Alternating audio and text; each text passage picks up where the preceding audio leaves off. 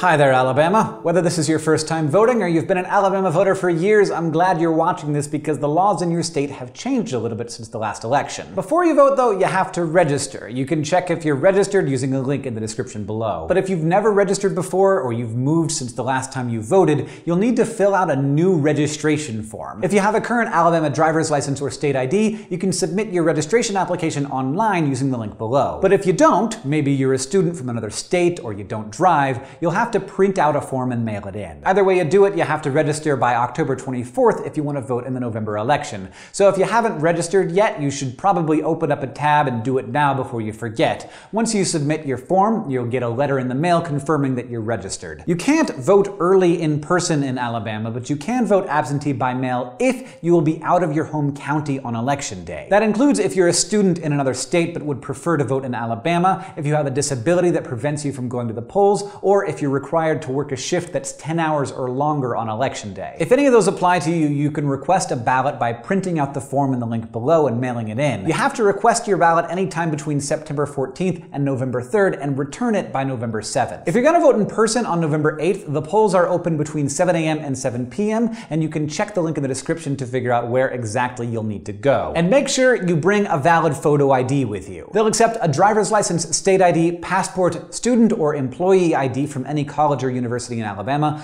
government employee ID, or military ID or tribal ID. If you don't have any of these forms of identification, you can get a free photo voter ID card that will also be accepted. To get one, you need to apply at the Board of Registrar's office in your county. The hours of these offices can vary, so if you need one, start trying to get one now. At alabamavotes.gov, you can print out a sample ballot that tells you everything you'll be able to vote for. You can even fill it out and bring it with you to the polls so you don't forget what you wanted to vote for. All the links you need to check your registration and polling location and get your sample ballot are in the description. Thank you for voting.